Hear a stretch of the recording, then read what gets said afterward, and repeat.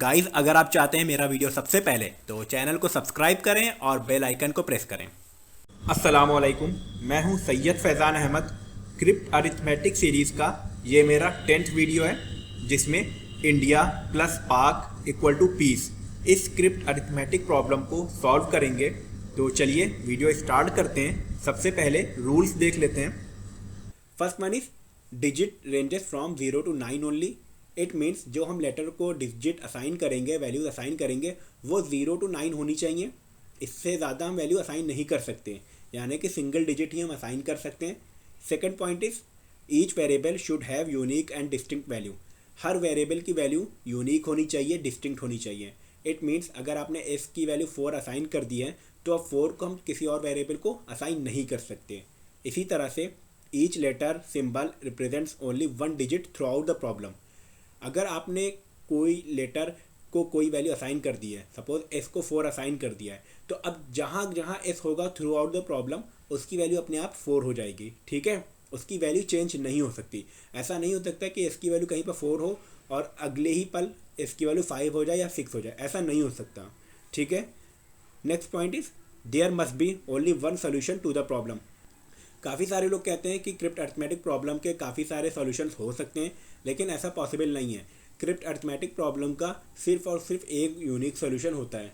Next point is numbers must not begin with 0।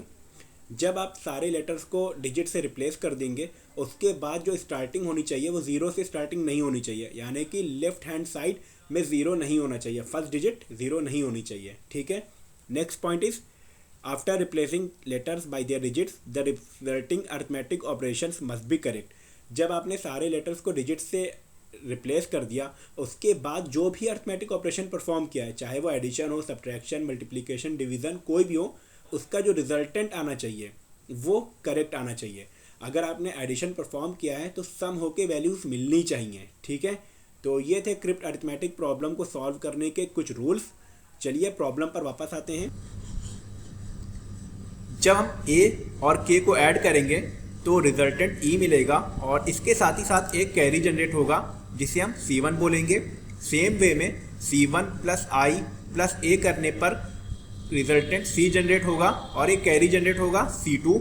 इसी तरह से C3 जनरेट होगा और C4 जनरेट होगा।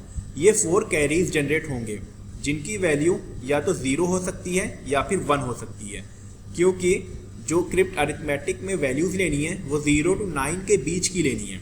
और अगर हम 9 के बीच की वैल्यू लेंगे और 2 बार ऐड करेंगे तो मैक्सिमम जो कैरी जनरेट हो सकता है वो 1 जनरेट हो सकता है। क्लियर? तो प्रॉब्लम को सॉल्व करना स्टार्ट करते हैं। इस तरह से आपको टेबल बना लेना है जिसमें आपको कैरेक्टर एक तरफ रखना है और उसकी जो न्यूमेरिकल वैल्यू आएगी जिसे कोड बोलेंगे उसे इस तरफ रखेंगे।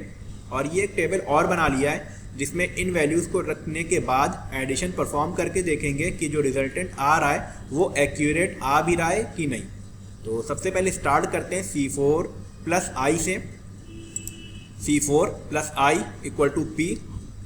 अब अगर C4 इस कैरी की वैल्यू 0 होती तो 0 में हम I ऐड करते तो रिजल्टेंट हमें I मिलना चाहिए था, जबकि ऐसा नहीं हो रहा। तो C4 की वैल्यू कितनी होगी? 1 होगी।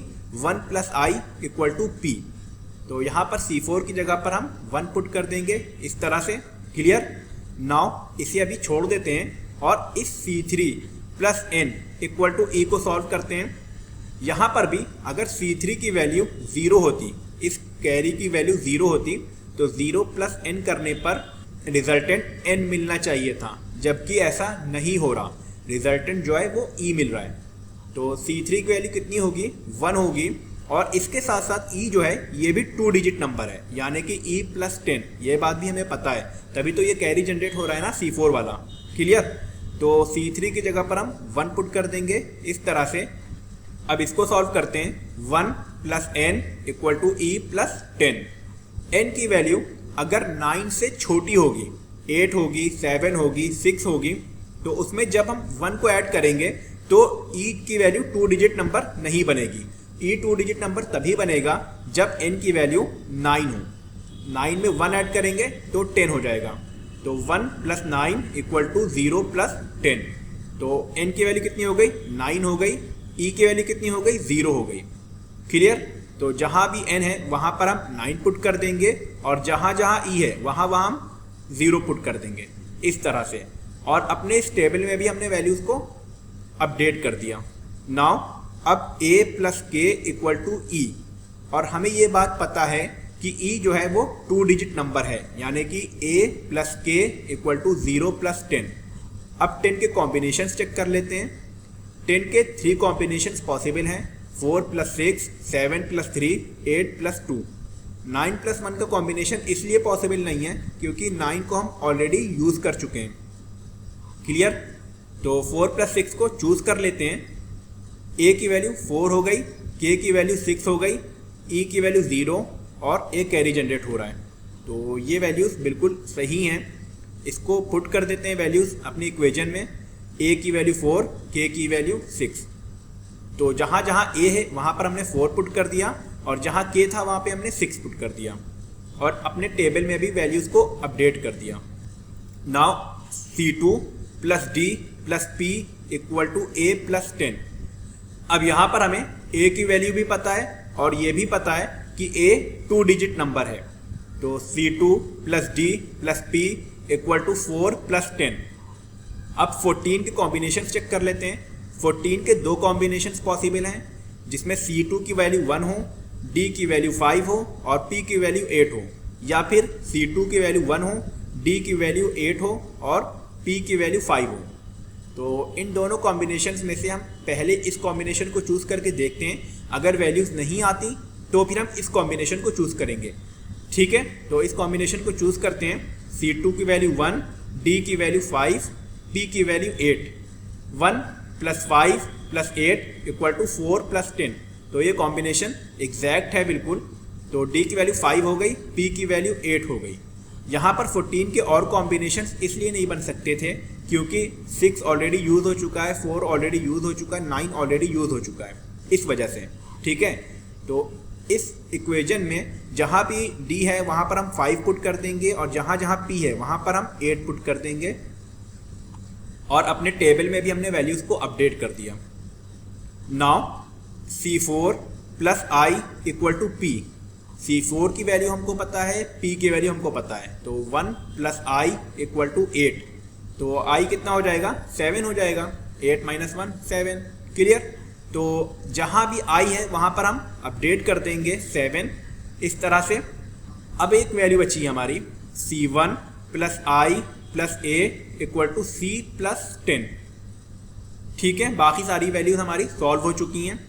c1 की वैल्यू 1 है, ये बात पता है।